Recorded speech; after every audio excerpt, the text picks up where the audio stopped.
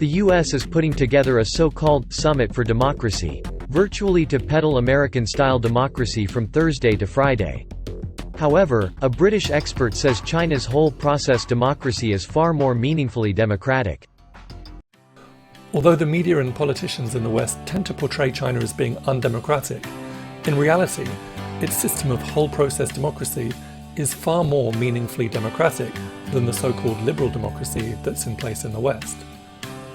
Ordinary people in China are much more engaged in running their communities and their society than their counterparts in the West are.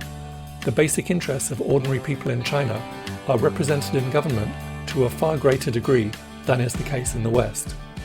In China's system of people's democracy, democratic rights aren't only available at election time, but at all times and at all levels of society. There's a vibrant system of electoral representative democracy which operates at national, provincial, city, county, and village levels. In addition, China has a parallel system of consultative democracy, so that elected representatives are constantly in touch with the needs, opinions, and aspirations of the people. What are the big priorities for China?